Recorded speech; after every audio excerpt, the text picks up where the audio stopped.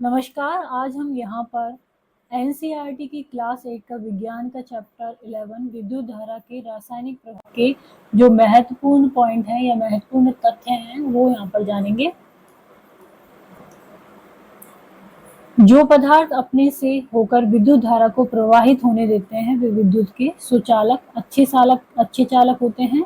इसके विपरीत जो पदार्थ अपने से होकर विद्युत धारा को आसानी से प्रवाहित नहीं होने देते हैं वे विद्युत के हीन चालक होते हैं। मतलब ये तो है गुड कंडक्टर और ये है बैड कंडक्टर। धातुएं जैसे कि तांबा तथा एल्यूमीनियम विद्युत का चालन करते हैं, जबकि कुछ पदार्थ जैसे कि रबड़, प्लास्टिक तथा लकड़ी विद्युत का चालन नहीं करते हैं।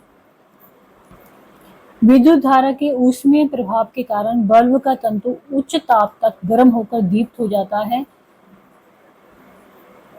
तथापि यदि परिपथ में विद्युत धारा दुर्बल है तो तंतु पर्याप्त गर्म न हो पाने के कारण दीप्त नहीं हो पाता। विद्युत धारा चुंबकीय प्रभाव उत्पन्न करती है। विद्युत धारा के बहुत दुर्बल होने पर भी चुंबकीय सुई में विक्षेप देखा जा सकता है। एलईडी के साथ दो तार जुड़े होते हैं, इन तारों को लीड्स कहते हैं। एक तार दूसरे की अपेक्षा थोड़ा लंबा होता है। एलईडी को किसी परिपथ में जोड़ते समय इसके लंबे तार को सदैव बैटरी के धन टर्मिनल से और छोटे तार को बैटरी के ऋण टर्मिनल से जोड़ते हैं। ये है एलईडी। कुछ द्रव विद्युत के सुचालक हैं तथा कुछ हीन चालक हैं। वायु विद्युत की हीन चालक है। तड़ित के समय वायु से विद्युत धारा प्रवाहित हो जाती है। वास्तव में विशेष परिस्थितियों में अधिकांश पदार्थ विद्युत धारा का चालन कर सकते हैं।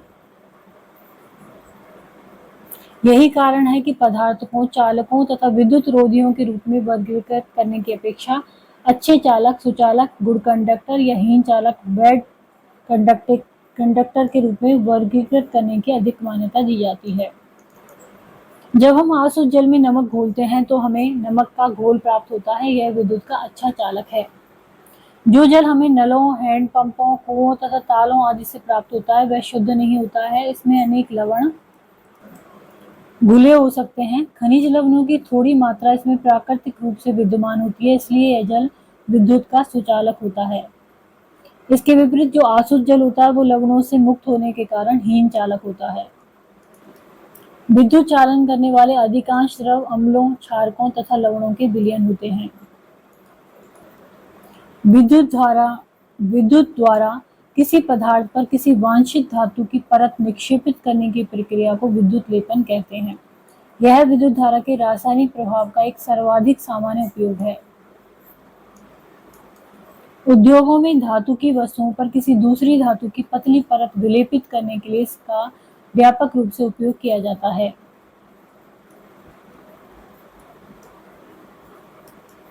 उदाहरण के लिए अनेक वस्तुओं जैसे कार के कुछ भागों, स्नान घर की टोटी, गैस बर्नर, साइकिल का हैंडल, पहियों की रिम आदि पर क्रोमियम का लेपन किया जाता है। आभूषण बनाने वाली सस्ती धातुओं पर चांदी तथा सोने का विद्युत लेपन करते हैं। खाद्य पदार्थों के भंडारण के लिए उपयोग किए जाने वाले टिन के डिब्बों में लोहे के ऊपर टिन का विद्युत लेपन किया जाता है। टिन लोहे से कम क्रियाशील होता है, इस प्रकार खाद्य पदार्थ लोहे के संपर्क में नहीं आते और खराब होने से बच जाते हैं।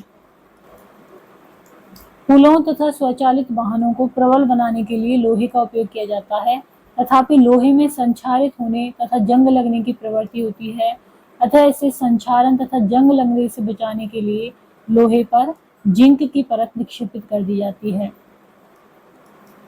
विद्युत लेपन कारखानों में उपयोग किए जा चुके विलयनों या सॉल्यूशन का निपटारा किया जाना भी एक प्रमुख समस्या है।